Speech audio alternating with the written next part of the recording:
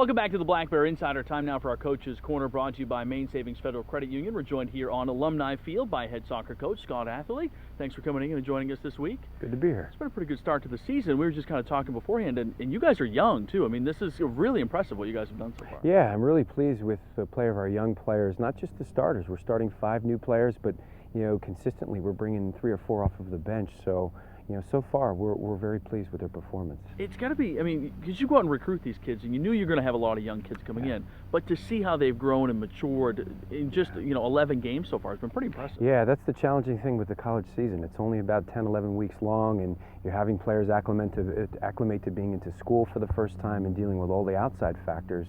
So considering those things in the short time that we've had to work with them, I'm really pleased. We talked with Jordan Pellerin a couple of shows ago, and she talked about that they all get on campus early. The kids were here all summer long, and they've really bought into the program. Yeah, they really have, and I give them a lot of credit for their commitment. And I think if there's anything, a trademark of our team, they're very committed. And having that extra time allows especially the new players to take a class or 2 prior to coming here, so the load is less in the fall. And so again, for me, it's about the outside factors that influence our performance more than the soccer piece of it. And that's one of those things that people don't really realize, is that how much time commitment there is, from weightlifting to eating right. Kids don't have to learn how to eat all over again when they come to school the first time, and then balancing classes and social life and everything that goes with it. There's a lot to it. And for sure, and when you look at the college season, it's probably the shortest of all of the sports. It's about a 10, 12-week season, and when you're playing 20 games in that short a span, it really is. It can be overwhelming, and that's kind of what we're dealing with right now, just managing the conditions. You have 2-3 games a week. How tough is it for you and the staff to get everybody ready to implement a new game plan for a new team coming up? Well, I think the good thing is we're familiar with the system, just having done it for so long. But the biggest thing is having the chance to evaluate your previous game on video, and then break down that video, and then look at the next game and the opponent and get ready for them. It's not a big window, but by now we understand at this stage of the season we're really focusing on what we have to do.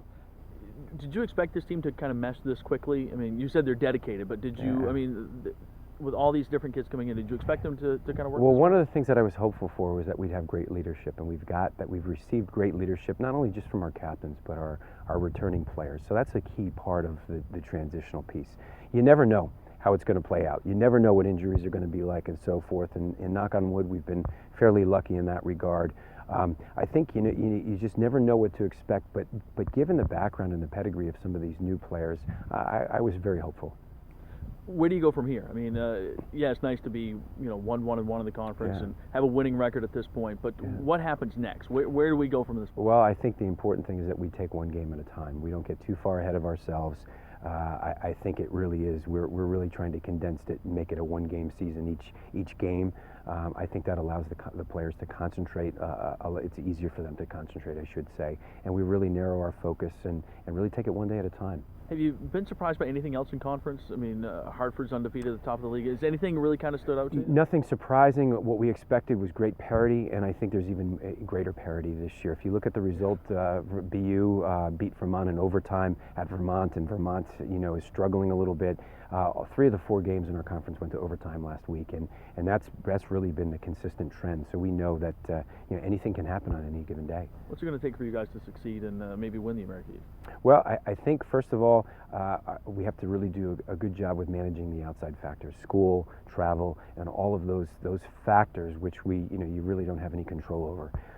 I think if especially our new players can really acclimate and really adjust and manage, I think that will allow us to really get the best out of them and our whole team on the field. All right, I want to go out and say it.